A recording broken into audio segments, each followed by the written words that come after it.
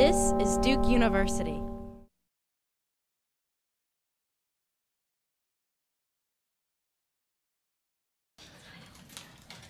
Good afternoon. My name is Darius Shahida. I am a senior here at Duke.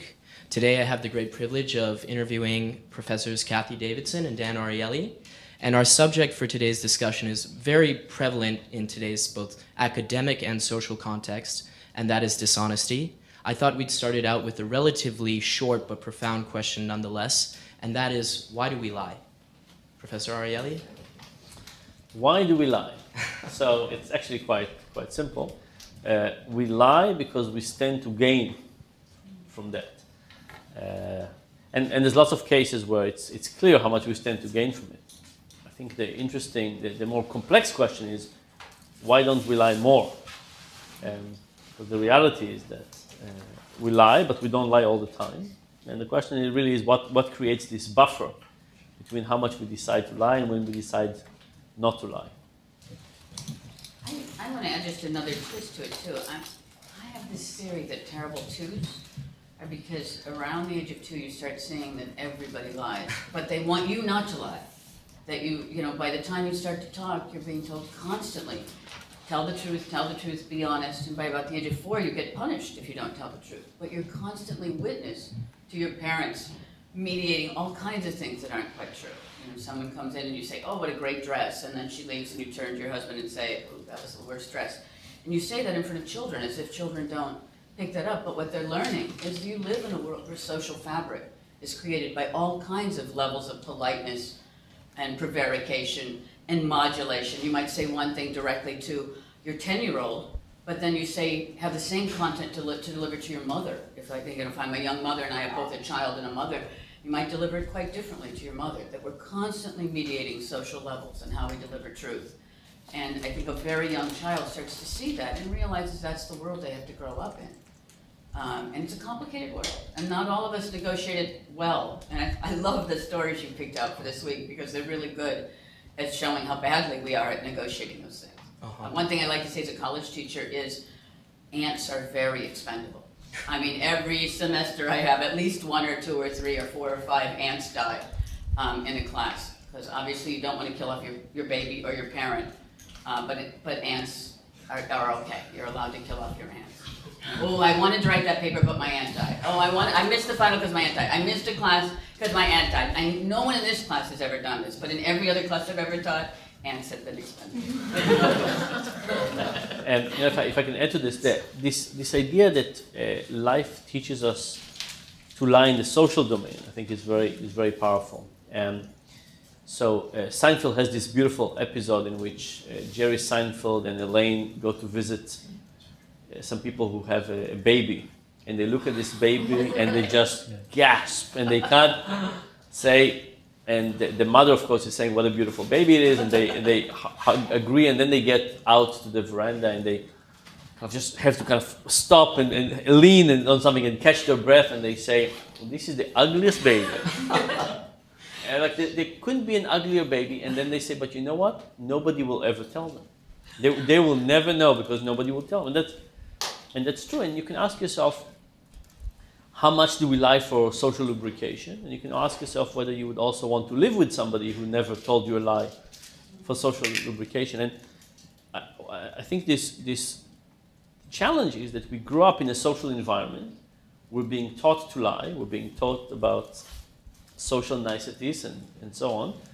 And then we move to the business world. And the business world actually has lots of different rules. So I want my wife to spare my feeling and not tell me everything truthfully, maybe. My accountant, not so much. If I invest in a particular company, their accountant, I really don't want them to be dishonest. So imagine a world in which you learn everything that you need to know about life from the social circle, and then you move to the business circle. How can you create this separation? And this separation is tougher because the modern workplace includes your friends and co-workers. It's particularly tough for students. Your overlap between your professional responsibilities as a student and your social responsibilities are perfectly overlapping. And in that situation, it is very tough to figure out what's the right thing to do. So just imagine you're sitting in an exam and your best friend needs help in an answer. It's against your professional obligation as a student. It's really a part of your social obligation as a fellow friend. But how do we negotiate those? So I think this duality is very, very difficult and very important. I'll tell you one other little story. Actually, there's a story in the Bible. This is the biblical. God comes to Sarah and he says, Sarah, you're going to have a son. And Sarah laughs. She says, how can I have a son when my husband is so old? He said, don't worry. Then he goes to Abraham and says, Abraham, you're going to have a son. By the way, these are not the exact words of the Bible. It's my version. But he said, you're going to have a son. And Abraham says, did you tell Sarah? And God said, yes. And Abraham says, and what did Sarah say? And God said, Sarah said, how could she have a son when she is so old? And God lied. And the religious scholars have wondered, how could God lie? And their conclusion was, it's okay to lie for peace at home. and I talked to a few rabbis about it, about how do you justify it? And the basic answer I got is that there's lots of human values. Honesty is one of them, but not all human values are compatible all the time. So what do you do when human values collide?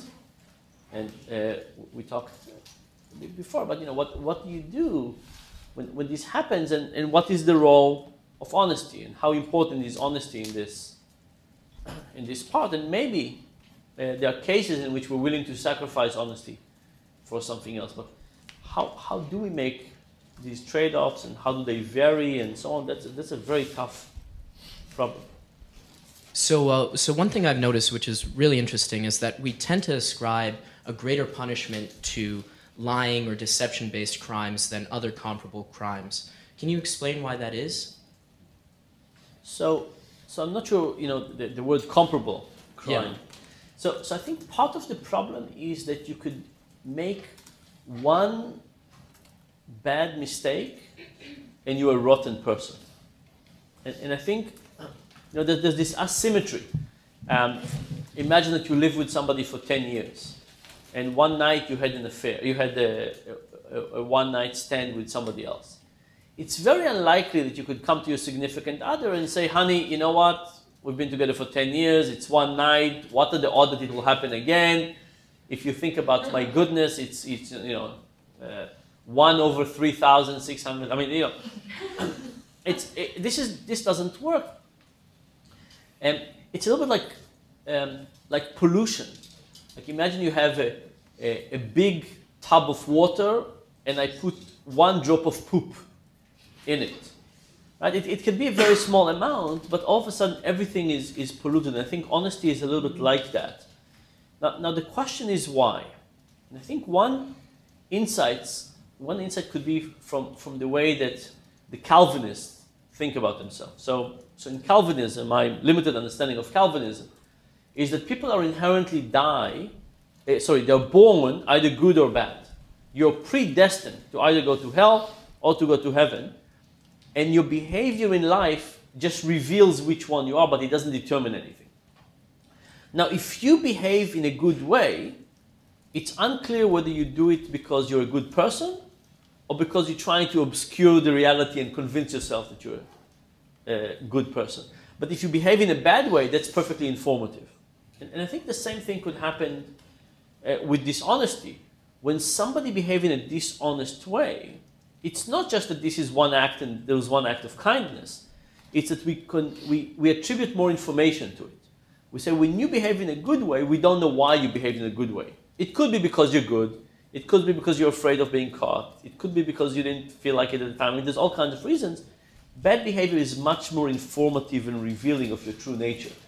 So I think that could be one reason why one bad act basically colors a person for a long time. By the way, people are able to say sorry. We've had lots of amazing examples of people apologizing if we allow them in a public way to open new pages. One of the reasons I like those 2 short stories, the one by Boyle and the one by Nelson so much, is they kind of offer a more human perspective on that idea of pollution. in both cases, one kind of humorous, well, they're both sort of humorous and serious stories at the same time, but they're both so easy to identify with the person who falls into things, and yet to keep some sense of distance, but to say, wow, that could have been me. I mean, I made the joke that college students often sacrifice their aunts. And you know, the thing that's funny in the Boyle story is not that it's funny at all, but he says it's my baby that died, and that's like unthinkable that you would say your baby died. But you can also see how he got trapped, and then how that trap is going to lead. It has to lead to an absolute break with job, life, work, family, wife. There's no way you can make a lie that bad and break the social contract that deeply, and then come back from it and say, whoops, I guess I told a fib. There's more than a fib going on there. There's something really deep going on there. But the humanness of those stories, and that you have the perspective of the liar in those stories, I think gives us some empathy. And at the same time, judgment of the character. It's more ambivalent than what you were suggesting that happens in law, of a very firm decree. I think literature is great for helping us to explore the gray areas, even when God says it, and blurs whether it's a he or a she, to save domestic tranquility. And why do you think in literature do liars make such great protagonists? That's a great question. I think because we identify so much. You know, a great protagonist is somebody who is close enough to ourselves as humans that we can identify and say, wow, I could be there too. But different enough or extreme enough that it also reflects a light back on us and allows us to reflect in a different way. And lying is something that's so close to being, the issue of honesty and dishonesty is something we have to negotiate so many times a day and in so many complex ways, some trivial, some not trivial at all, that it's nice to be able to see the allegorical parts of literature, but also the psychological, which let us think about why it's so hard to be honest, or why there are such consequences to dishonesty, and what that role is, and what things we do or don't say to our partners, or what things they do or don't say to us. And I also like the fact that in literature sometimes people will deliver the truth and it saves the day, and other times people deliver the truth and it can be a disaster. And I think that's again what Dan was suggesting about pollution, is sometimes thinking that you're telling somebody the truth that's going to lead to a good can backfire terribly. And knowing that consequence is also what makes us even more careful about telling the truth, but also watchful and careful in regarding each other to see whether the truth is actually being told. And maybe why we build so many safeguards about truth into so many of our social systems, because we know it's hard. No, for me, one of the biggest lessons I learned from kind of literature broadly defined is from The Godfather. Yeah. And the thing that I didn't think about at the time, but started thinking about later, is the fact that if you think about people in the mafia in general, and you can think about lots of stories about kind of mob, kind of mafia families, is that it looks like there's this duality that on one hand they have no morals, on the other hand they have incredible specific morals. They have no morals in terms of killing other people, and they have no morals in terms of taxes and governments and so on. Incredibly moral within the family, what the handshake means and what your word means. And it's a kind of interesting thought. It's a more exaggerated thought than the rest of us. But imagine you could take life and you could partition it into multiple domains, and you could act with a different moral fiber in each of those domains. That's what it looks like. You have one area of life which you have no morals, the other area of life in which you have incredible morals. How general is that? And actually, if you think about all of your behavior in general, I think it's a good description. So you ask most undergrads, not you, but you ask most undergrads, how many of you have illegal downloads on your computers? And everybody says yes. And then you say, how many of you feel bad about it? Nobody almost ever feels bad about it. And then there's the question, is this just an area of life that you've taken and redefined what is acceptable here? It's like the outside of the family for a mob family, and then you have other areas of life that are unaffected by that. So is somebody who is downloading illegal software or music more likely to not pay their taxes, more likely to be an ex-murderer. I mean, all kinds of other. I don't think so. I don't think it has any connection. But for me, the Godfather was kind of a good reflection of this idea of taking lots of domains of life, cutting them into components, and having very different moral fiber or moral judgment in each of those behaviors, each of those areas. So through experimentation, you've actually shown that handshakes, eye contact, signing a consent form or an honor code can have statistically significant reduction of dishonesty. Can you speak to that? Yeah. So we do simple experiments, and what we do, you can think of it as entrapment. We don't wait for people to act dishonestly in life. We just try to create a situation where they have an opportunity to act dishonestly. And the way we do it is we give people a sheet of paper with 20 questions. We say, for example, we'll give you $1 per question. You have 5 minutes, solve as many of those as you can, go. People work as hard as they can. At the end of the 5 minutes, they stop, count how many questions you got correctly. And now that you know how many questions you got correctly, go to the back of the room and shred this piece of paper or recycle it as different versions. And then come back to us, tell us how many questions you got correctly, and we'll pay you. People do this, we pay them, they say they solved 6 problems, we pay them $6. What the people don't know is that we played with a shredder, so that the shredder only shred the sides of the page, but the main body of the page remains intact, and we can find out how many questions people really solved correctly. Talk about dishonesty. And what we find is that a lot of people can cheat a little bit. Right? We find very few big cheaters. We find a ton of little cheaters. So we've run this experiment by now on more than 30,000 people. And we found about 15 big cheaters. And together, the 15 big cheaters maybe stole about $200 from us. We also found about 18,000 little cheaters. And together, the little cheaters stole about $36,000 from us. And that's kind of just one way to think about it. Sure, there's some big cheaters from time to time, but there are few of them. But there's lots of people who could cheat a little bit frequently, and that actually creates a much bigger economic devastation, at least for my research budget. But I think also in society. So what you were referring to is the question of what allows people to be dishonest and how can we cut it down. And the things we find is that it's all about rationalization. It's all about your ability to reframe what you're doing as something that is actually good. Why this is not really a bad thing. Why this is actually something that is okay or not very bad or other people are doing it. So we found lots of ways to get people to cheat more. Sadly, there's lots of ways to get people to rationalize things to an easy way. What gets people to cheat less? What gets people to have a harder time rationalizing? It's about thinking about your own morality.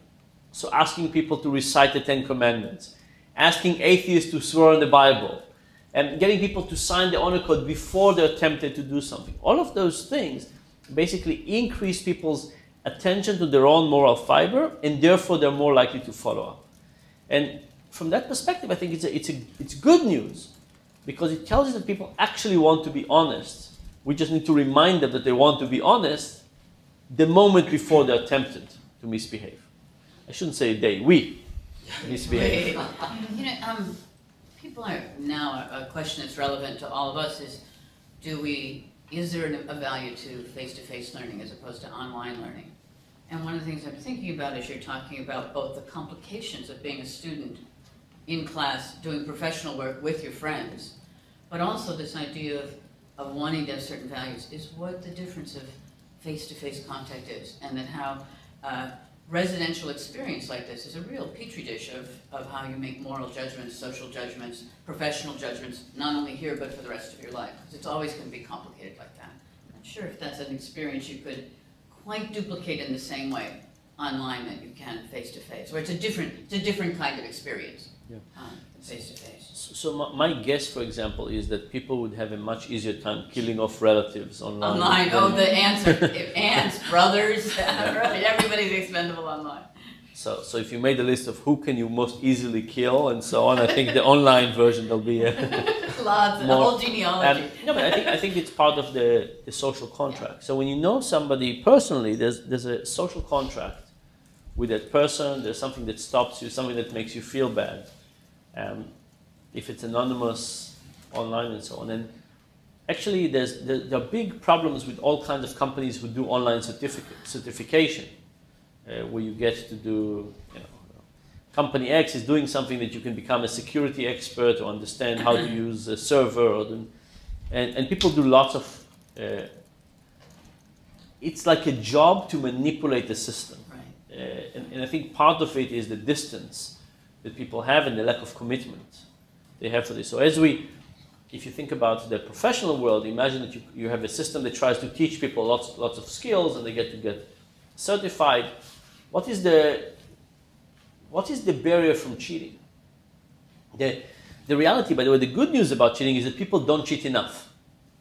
If you thought about it from the perspective of purely rational theory, people would cheat much more, right? You must have been at some point at one of your friends' houses and you went to the bathroom and they had new towels and you could have taken them and nobody would have ever found out.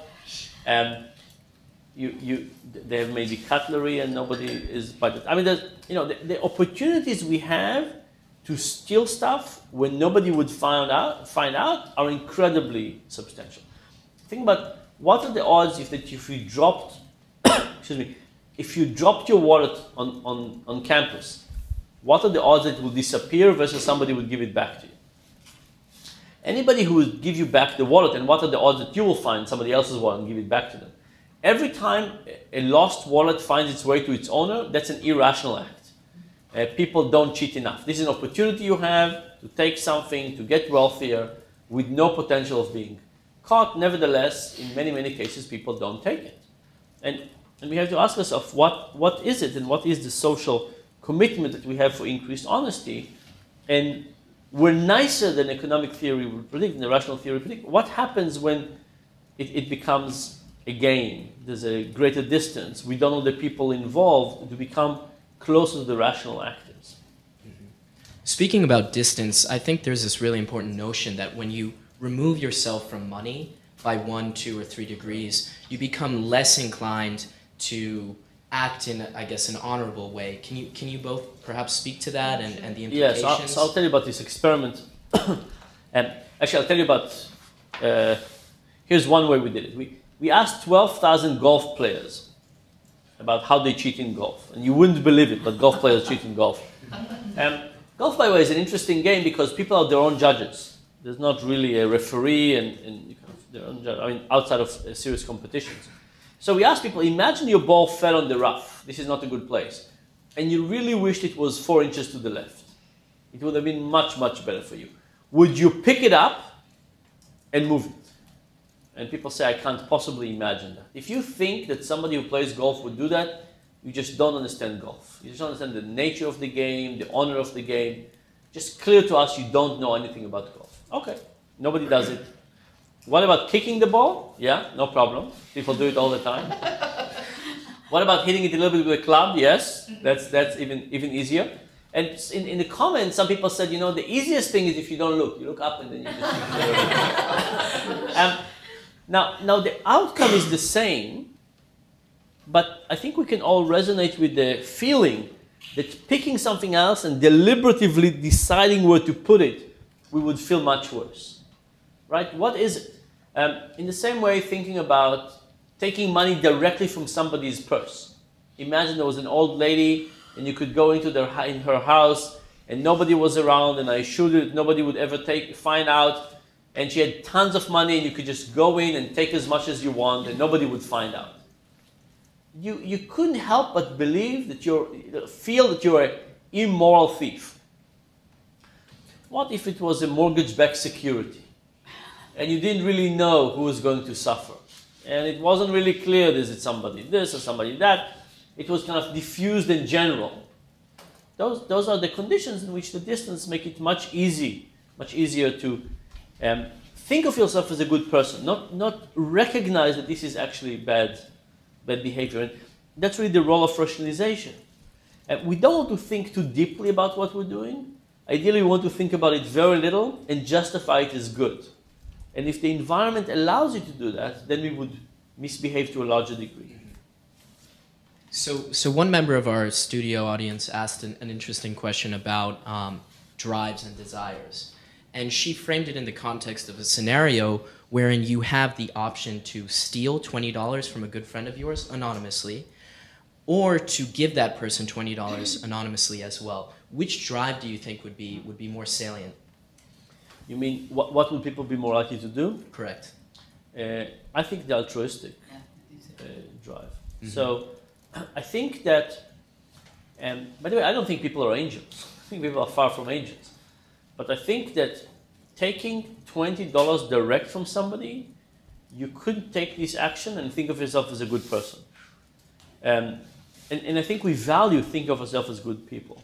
Giving $20, I think, is much more likely. Mm-hmm. So I think that's a case where altruism is actually going to be stronger than selfishness.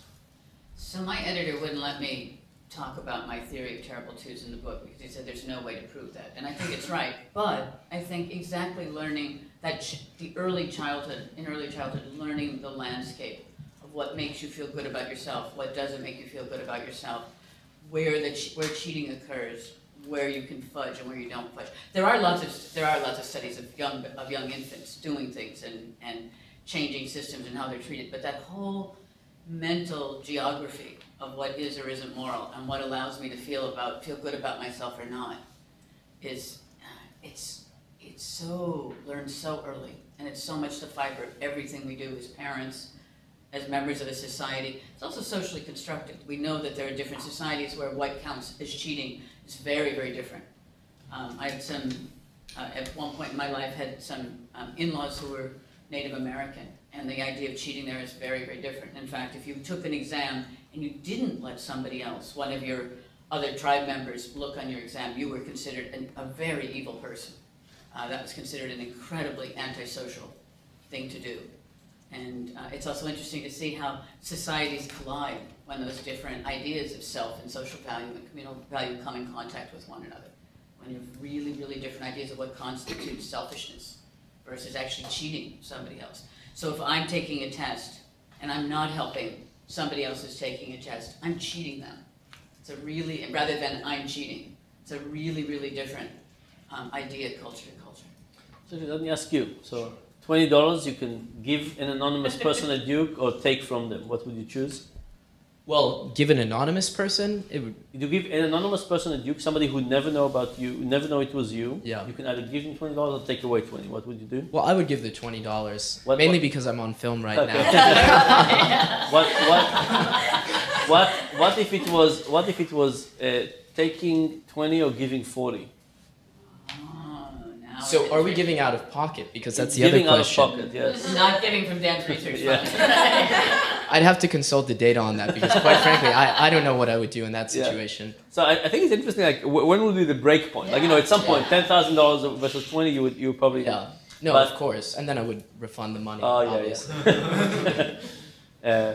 I think this question about what is the ratio. I mean, so one is you could equate the amount of money, but when would be the switching point? It's actually quite interesting where you would start weighing the cost and benefit. How big does it have to be? What if it was just taking $1 from somebody? Mm-hmm. I mean, how is it a binary thought, like $1 versus this, or how much does it grow with the amount? I think there's something just taking it kind of feels bad, and then the question is how much do you take? Probably is less important than just the action. But at the same time, you've shown actually that the emotional salience of loss is actually more profound than gaining. That's right. Exactly. So that's why So you have to that's why counterbalance. it's Yeah. interesting. That's it, It's counterbalance. difficult. So another really interesting question we got was about the moral landscape, now versus a century ago. Do you think that we are more or less honest? By the way, you realize that we didn't live a century ago. No, I know. Almost. It's just let's say half a century ago. Oh, thank you. We just talked about social lubricant, being nice to other people. Like, you're not listening. Should have said 15 years ago. Okay. I think that it's probably a huge variation. So, for example, right now we live in a moment where everybody's supposed to hate taxes and everyone's supposed to believe, in this country, everyone's supposed to believe that everybody cheats on their taxes. I think from what I've read from Dan's work and other work, that if you live in a world where you're assuming everybody's cheating on their taxes, then you feel like a chump if you're not cheating. So that leads to a kind of cynical attitude. If you think No. By not paying taxes, we're eroding the whole social fiber that we're living in, and we're cheating the next generation. If you could change the discussion that way, I think you could actually change behaviors, because I believe this is the case right now, that fewer and fewer people are in fact paying their taxes. That there is like a culture of allowable fudging on your taxes now. When we also know that when we're looking at things like schools and the situations we have with public funding of education, that we are cheating the next generation.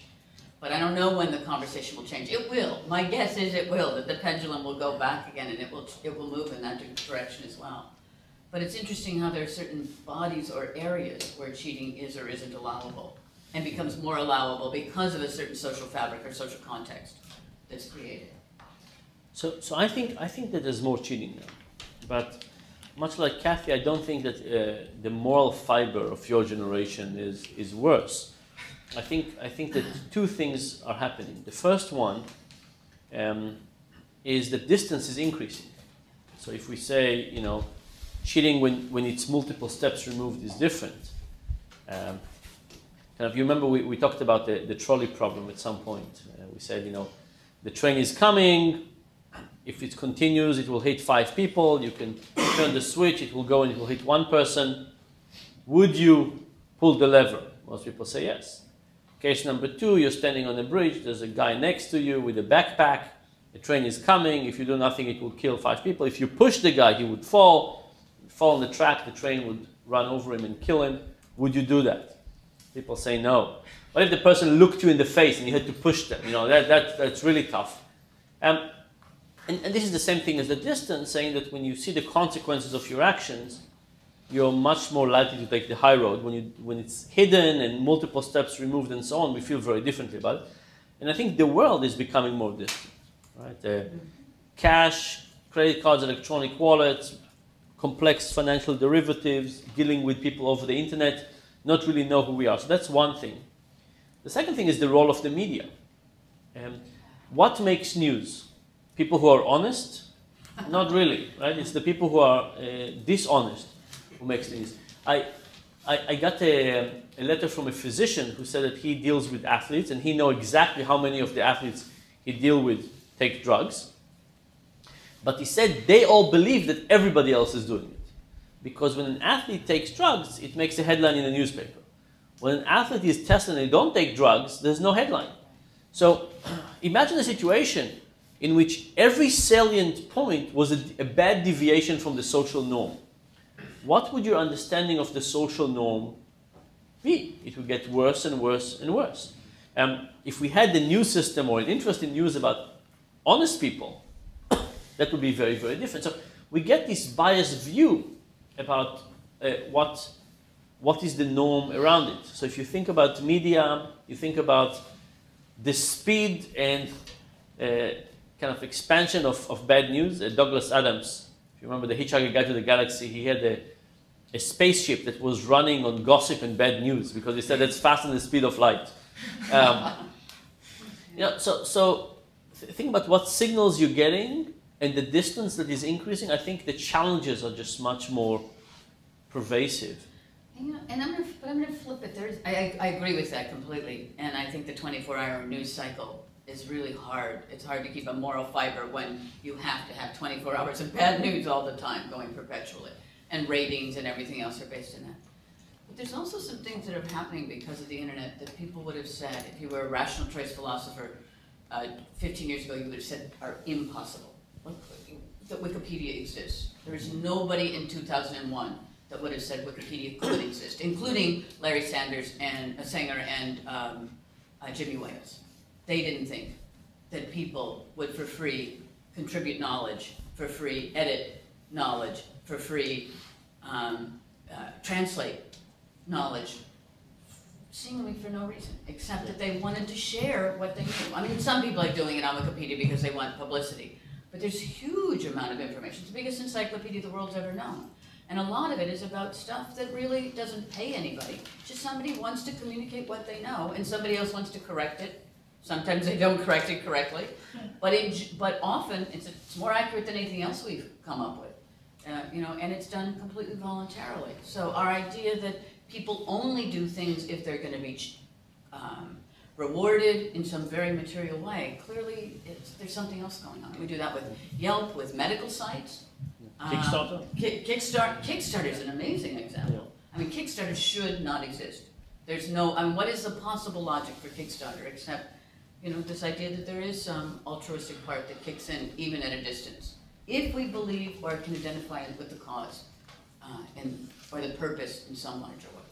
So maybe there is more dishonesty now, but there's also this whole other world, this internet world that offers other platforms for a different, almost definition of honesty or communal social value and social interaction that we just, I think we're just starting to understand what it means and what those norms are and what works or doesn't work in that world. Yeah.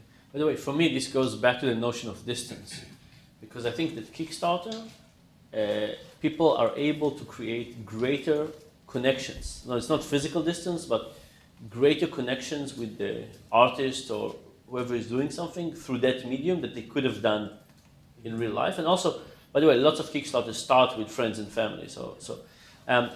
And I also think other examples, if you think about Wikipedia, the initial group that created had, it's not that they were necessarily sitting in a cubicle next to each other, but these were people that had a very deep social connection, obligation, and commitment to it. So I think the notion of what distances are increasing and what distances are shrinking probably could explain a lot of this.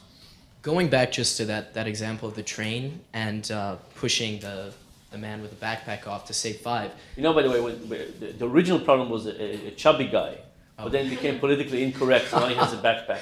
He might be also harder and to the reason he has a backpack is they wanted to prevent people saying, I will jump myself. So no, you can't jump, you're not the right weight. So that's the reason. But it would be interesting to see how the media portrayed the person who pushes that person, either as a savior, you know, a hero, or a villain. How do you think that would play out? And how it would be argued in a case of law. Exactly, that too. Yeah. Yeah, I think, well, the media has no incentive to portray somebody as a hero too much. Yeah, that's true. But I think you could, I think the media would have a very hard time portraying them as a hero, because we can all see the conflict in that. We can all see how difficult that would be. And it would be very hard to think of ourselves as heroes if we did that. Although I think it is the case, right? If you have somebody like, you know, basically have contemplated all their life moral philosophy and came to the conclusion that this is the right thing to do, then it's a very, very tough thing to do. You do going against your instinct, against what society believes, and do the right thing from a cost-benefit analysis. So one of the scholarly articles that we made the class read for this week was by an evolutionary anthropologist, Trivers, and basically what he posits in this piece is that altruism emerged as a effective evolutionary strategy because of this notion of what he calls reciprocal altruism. And that's basically the principle that being and acting altruistically might serve to your benefit, given that the person whom you help might eventually return the favor. I was wondering if you could speak to this and whether or not you agree with the theory. Yeah, so I think the notion of altruism and the logic of it from an evolutionary perspective is very interesting. And for me, maybe the nicest way to think about it is to think about a game we call the trust game. So the trust game, imagine 2 players, player A and player B.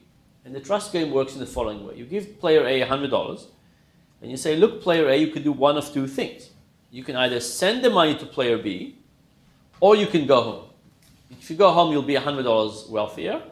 If you'll send the money to player B, the money will magically quadruple. And by the time player B gets the money, it'll be $400. And player B could do one of 2 things. He could either send the money back to half the money to player A, in which case you both have $200, or player B could decide to go home with $400. Another question is, what is the rational expectation? You say to yourself, I'm player A. Player B, if they had $400, would they give me back half? No, they're selfish, right? They don't know me. I can't find them after class and beat them up. There's no threat. They'll just go home. So the economic prediction is player B will never give the money back, and knowing that player A will never send them the money. Interesting thing, people behave very differently. There's a very good chance player A will send the money, and very good chance player B will reciprocate. And that's kind of the first part of it, which is really interesting. We're altruistic animals, and there are many cases you can think about, like this game, which altruism helps everybody, right? The social welfare now is higher for everybody. But here's an interesting twist on that. Imagine you're player A, you send the money, and player B decides to go home with all the money. And I came to you and I said, look, player A, I'm sorry about this, but I'll tell you what. If you will go into your checking account and you'll give me, Dan, you'll give me some money, for every dollar you will give me, I will hunt player B down, and I will take $2 away from them. Now here's the thing, you just lost $100. Now you can go and lose more for no gain, but to punish somebody you've never met. Ask yourself whether you would do that. And you know, when people sit comfortably and so on, they say, oh no, me will never spend money for revenge. When you're upset, try to go back to the last time somebody offended you or betrayed your trust and so on. When people are upset, they're really happy to spend money for revenge. That's why we have divorce lawyers. And the Godfather. And why we have the Mafia too. And what's interesting is that when people plan and execute this revenge, they get activity in their brain that is very much like pleasure. It's an emotional instinct. And Ernst Fehr has basically been arguing that this idea of revenge is actually the purest form of altruism. Because if you're willing to punish somebody in your society that you'll never met, and you'll probably never meet again, and you just lose from that deal, that's incredible altruism. And now, if you think about this, you say, we are trusting, we are reciprocating, we have revenge. Each of those independently doesn't fit with the individual rational model, but you can see how a society in which we have all of those would actually be much more harmonious. If you thought that if you did something bad to me, I might try to get it back or so on, that's a cost-benefit analysis. But if you thought that if you did something bad to me, everybody in the class, involved or not involved, might try to make you pay back, that will give you a whole different sense about why you should do act and not act. So I think this idea that we are animals that have living in a society as a basic element of humanity, and what is the benefits of caring and punishment, and both of them are doing part of the function to establish our institution and trust and so on, I definitely agree that there's a big part of that. I agree there's a part of it, but I also, if you look at the history of the field of evolutionary biology, we flipped a lot. I mean, Darwin had one view of humans and why humans evolved. Social Darwinists who come right after him can pervert that and believe that nature's red in tooth and claw, and then in fact there's no such thing as altruism, that everything is a fight to the finish. And historically, in that last 150-year period, there have been different ways of weighting whether, in fact, evolutionary biology, scientists have come up with different ways of weighting whether that evolutionary biology leans on the side of altruism or on the side of pure self-interest. And it's interesting to me that in the last, I would say, 5 or 10 years, we're seeing a pendulum swing back towards altruism. After, I would say, in the 1880s and 90s, by far and away, the leading ideas about human nature from evolutionary biologists were much more on the revenge, social Darwinism side. And now there's lots of reinterpretation of Darwin as a much nicer person again after 20 years of reinterpreting him as a less nice. I think that probably parallels things that are happening in society in other ways as well. That we come up with explanatory rubrics which are not so much about, are sometimes about science and experiments, and sometimes about this way we interpret those science and experiments for the moment we're living in. And it's reciprocal, right? Because those experiments also go along with a certain view of things. I think one reason we're in this swing where so many people are now writing about altruism is because of things like Kickstarter and Wikipedia and things that just our economic theories did not say, said we're not possible. They're possible, it exists. You know, the internet is based on an open architecture. We've come a long way from that. It's no longer such an open architecture, but the original way that people contributed code was for no money.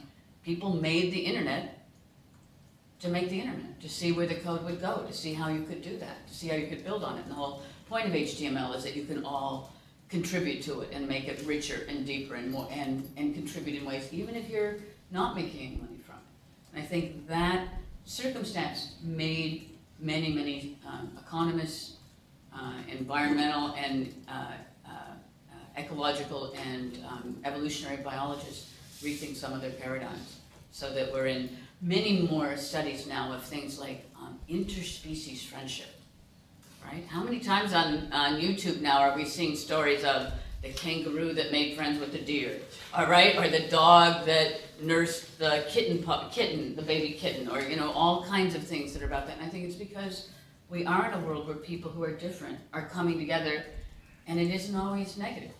And so we have to come up with science that explains things that we're actually seeing in everyday life.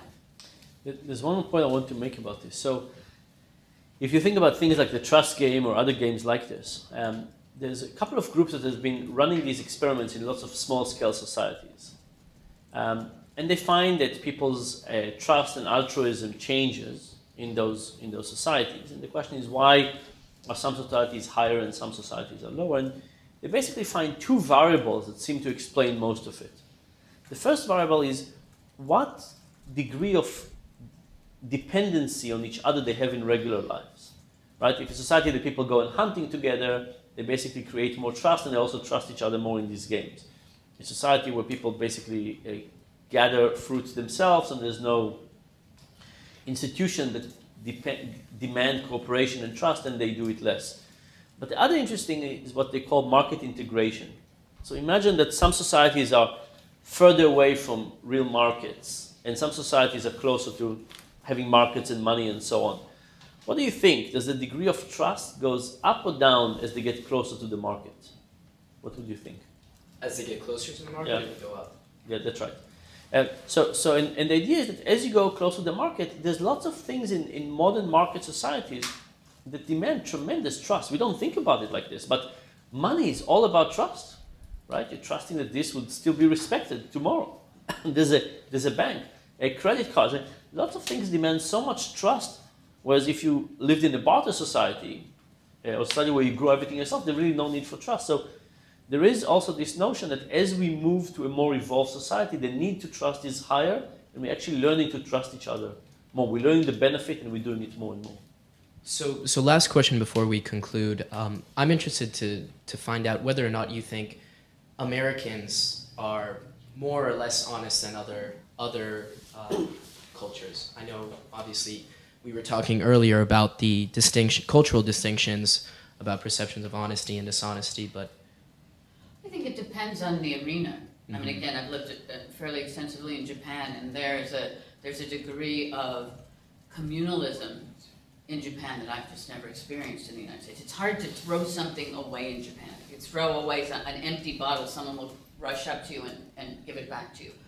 And you can leave things, people. So, for example, last time I was in Japan, I stayed at the place that's in Lost in Translation, at the hotel that's in Lost in Translation, and what's considered one of the busiest intersections in the world. And there's a Starbucks there. And the way you save your place if you go to the Starbucks there, because there's always a line, is you put your purse on the table, and then you go in line. And your purse is what holds your place. Most of us in the busiest intersection in America would not put our purse on the table to save our place, right? I mean, that's pretty. At the same time, I would not. No, I would not do this. At the same time, there's kinds of codes of company or corporate corruption or government corruption that we would find really repellent, even in America, where we accept a certain amount of corporate or corruption. So I think there are probably subtle gradations within cultures and different schemes that are operating at the same time within cultures. You also in Japan would never say, there's really no way in Japanese language to say no to an equal or to give bad advice to an equal. So if you say yes to somebody, you're not really saying, I agree with you, you're saying, basically, I hear you talking. So, that's a social code that if you're a foreigner, you can think people are lying to you all the time. They're not lying to you, they're keeping a social code which says you can't say no to an equal, and you can't tell an equal what to do. So because in fact you are giving that advice all the time to other people, you have to learn to listen in a different way to other kinds of clues that may not be articulate, but that are still there in the social fabric. That's another way where the individual society creates a certain code of what is or isn't honesty, dishonesty, candor, rudeness. Things we would think would be candid would be just unconscionably antisocial in Japanese culture. And so I think I don't think you can make that generalization about America versus. I think there are many different gradations within that. Yeah, so I fully agree with you. So I described to you the little experiment we're doing with this sheet of paper, and we have some other tricks. By the way, one of the other ways we're doing experiments is we give people a die, and we say, think whether you want to get paid by how the top of the die falls on the bottom. So if it's 6, are you going to get paid on the top 6 or the bottom 1? But don't tell me yet. And now roll the die, and let's say it says 5 on the top, 2 on the bottom. Which one did you pick, the top or the bottom? Are you going to get $5 or $2? So presumably you think in advance, you say top, but then it comes, you say, I thought bottom. And people do this 20 times, and on each particular time, we can't tell whether people lie or not. But if magically 20 after 20, you got paid the high amount, that's easy to say. If it's 15 versus 5, I mean, statistically, we can tell when people are lying. Anyway, so we do these experiments in other countries. So we tried Israel, where I grew up. We tried Italy because my Italian collaborator, Francesca Gino, said, come to Italy, we'll show you what the Italians can do. We tried Turkey, we tried England, we tried Canada. Some of my students just came back from Colombia, Bogota. And we don't find any differences. Actually, the first run of people in Colombia, people cheated much less than in other places. Somebody's shaking their hand with disbelief. But that's because she's in a neighboring country. So she. Anyway, and the question is, how can that be? We have things like the corruption index, right? We have the corruption index that show that the cheating or dishonesty in a big way, in the government way, is very different across countries. How come that our measures doesn't show any difference? Are we just not measuring dishonesty? What's going on? And the basic way we understand it now is exactly what Kathy is proposing, which is that our experiments are detached from a cultural context. They're abstract, they're general, they're really measuring kind of how much you can rationalize in this new domain. But you can't draw from any existing domain onto this. Like what kind of institutional understanding do you bring to bear on rolling die? I mean, dice. I mean, how does it work? But if you looked at the world domain by domain, that's also the thing from the mafia and so on. Now you can think about society. So now you could say, here's a society that took an activity, like illegal downloads, and said, don't worry about this. It's not that it's legal. Nobody here thinks it's legal. But it says there are no social ramifications for this. There's no moral issues, right? You still know it's illegal. Other countries take something like paying a policeman a bribe and say, we still know it's illegal, but don't worry about it. It's not a moral issue. And one way to think about it is to say, what kind of activities would you be embarrassed if somebody wrote about in the New York Times that you did X? Would you be embarrassed if they said you had illegal content on your computer? Would you be embarrassed if they said you stole a towel from a friend? Would you? I mean, think about a list like that. And in society that have high corruption, you say, would you be embarrassed to say that you paid a bribe to get out of some speeding tickets? And if you say no, you know it's illegal, but you just don't care. And I think that's basically what culture does, is it changes things domain by domain. And in some sense, it's good news, but the bad news is that if you have a domain that has been deteriorating until it became corruption, where people just don't care, it's very hard to reverse. Again, if you think about illegal downloads, can I get you at some point in your future to care? Right? Can I get you in some of the point in the future to feel guilt if you did that? Once the deterioration starts and you think to yourself, this is just something everybody does, there's no moral consequences, I don't feel guilty about it, it's really hard to get guilt back. And from that perspective, I think I worry a lot about school, right? What do we think about plagiarism, for example, right? If we let something deteriorate, taking an action is really painful and unpleasant, but if we let it deteriorate, could we ever go back? And in some places around the world, cheating on the exam is not cheating. Students treat it like a poker game. It's between the students. I mean, nobody thinks of cheating in poker as a moral issue, right? It's part of the game. Again, just like corruption. Imagine you were in a society that thought about cheating on the exam just like poker. It's a game between you and the professor. You just need not to be caught, but it's about not being caught. It's not about cheating. And I think there's multiple things in which we're moving in that direction, very sadly. I think marrying a musician would definitely make me feel guilty down the line for downloading music illegally. But getting it close to home, but yeah, I mean, if you had your own band, I think it would be even more painful. I'll tell you that having, so my last book was about dishonesty, is about dishonesty. And less than a week after it was out, I found it on the illegal site, downloaded 22,000 times. I mean, in many ways, I could win like awards for the highest, quickest, highest.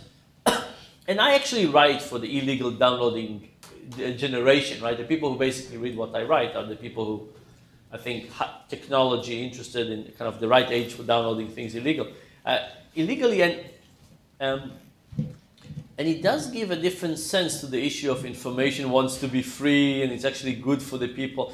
And I'm kind of conflicted about it because in one hand I write because I want people to read and it's a good thing that people read. On the other hand, there's a publisher, there's editors, there's all kinds of people involved, and I thankfully have a day job, so Duke is paying me. But if I relied on this as an income, it would have been less of an intellectual exercise and a real barrier to producing more material. So it is very tricky. I'm married to an editor, so I do not think information should be free. all right, well, thank you both for your time and your insights. This concludes our last session of the course. Thank you for watching.